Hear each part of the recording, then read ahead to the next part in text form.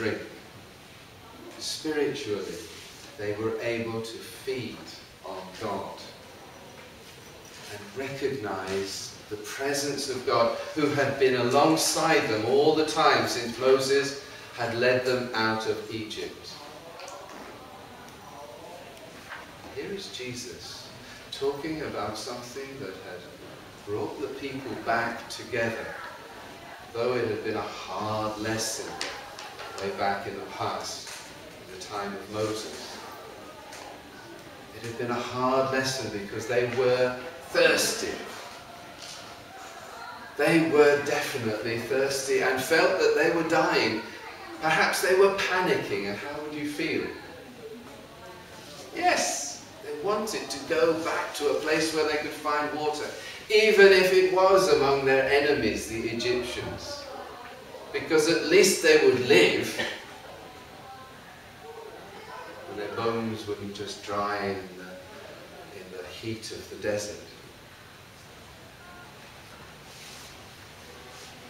Jesus explained carefully to this woman, not just about what she had done, of course, about God's saving grace for her, but about what he had come to do and to announce it to her, and so that she could then announce it to others. Imagine this. Think of this. Jesus didn't just come to offer her salvation and say, now be on your way, as he did for many others whom he healed. He came to her.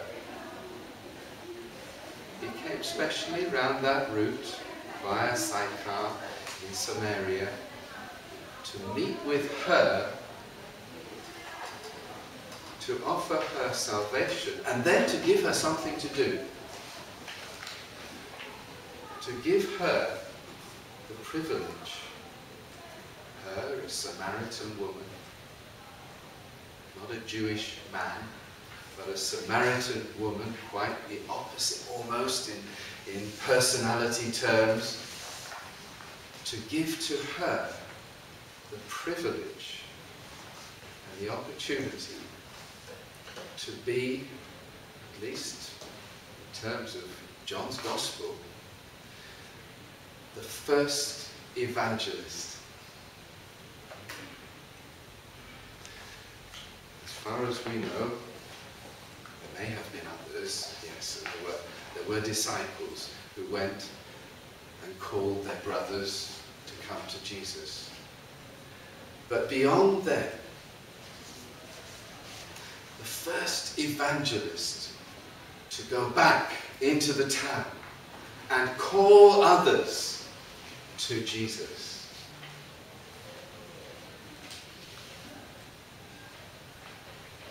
That was quite a shock to the disciples.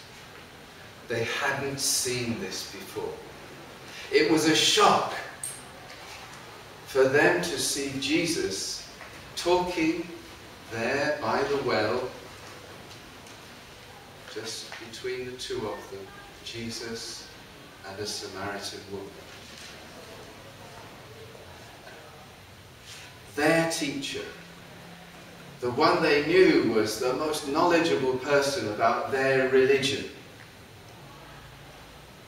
the one who had shared with them about faith in God. Jesus, whom they respected because of what they already knew about him.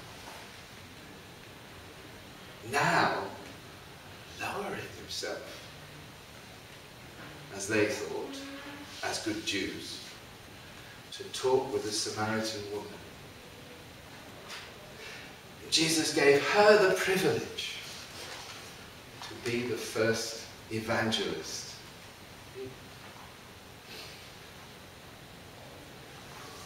It comes as quite a shock to lots of religious people today, if you put it that way. And surely it should be put that way. The evangelist, the one who wrote the gospel, put it that way. It comes as quite a shock that foreigners, outsiders should be given such privilege? What training had she had? An hour or two? We don't know. Well, not long. It all happened the same day.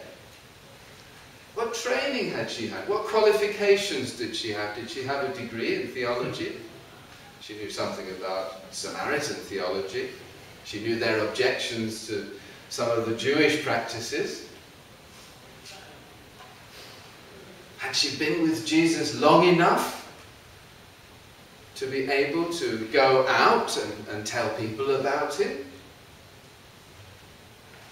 It comes as a shock to people who've been trained, and who've got qualifications, and maybe been ordained, and been given positions in churches, to be told they're not the only ones that get called. Jesus calls this woman and expects her, the first day that she knows about him, after a matter of hours, to go back to her town and tell people about him. And there are some churches who say, no, we couldn't possibly have women among our priesthood. Couldn't possibly allow women to join the eldership. Well, that happened in Presbyterian churches in the past.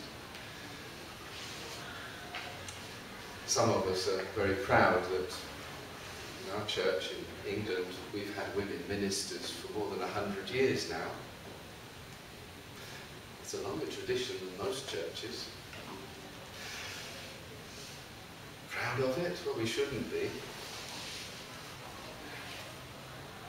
Jesus gave this position to a foreign woman from another religion. Yes. From another religion, to be one of his helpers. And to go, not after a bit more training, not after she'd been at theological college for 3 years or 4 years or 7 years, as some prefer, but right away to go back to her people so that she could introduce them to him.